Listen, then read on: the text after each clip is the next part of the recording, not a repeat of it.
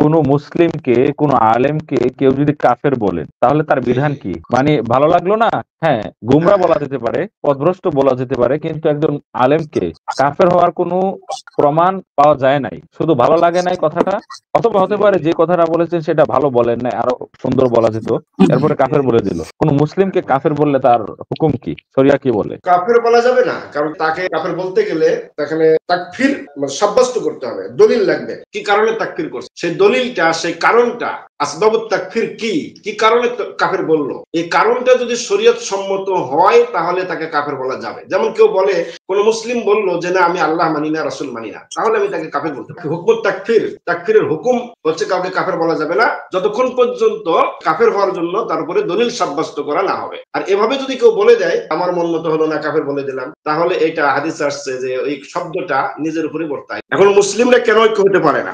মুসলিমদের অনেকের মূল কারণ মতাদর্শগত বিভাজন। যে মতাদর্শ বিভাজনের কারণে মাযহাব, ফেরকা, বিভিন্ন তরিকার বিভাজন হয়েছে, এবং এই বিভাজনগুলি এত চরম পর্যায়ে পৌঁছেছে এবং বিরাট আকার ধারণ করেছে, যার কারণে আমরা একে অপরকে কাফের বলা এবং প্রতিদিন কাফের ফ্যাক্টরি নিয়ে মানুষকে কাফের বলা এবং জাহান্নামে পাঠিয়ে দেওয়াতে কোনো দ্বিধাবোধ করি না।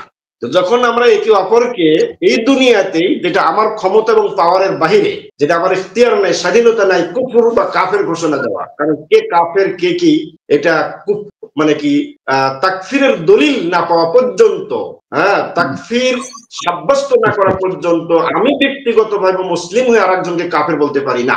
এরপরেও আমরা কাফের মানে ফ্যাক্টরি নিয়ে বসে আছি।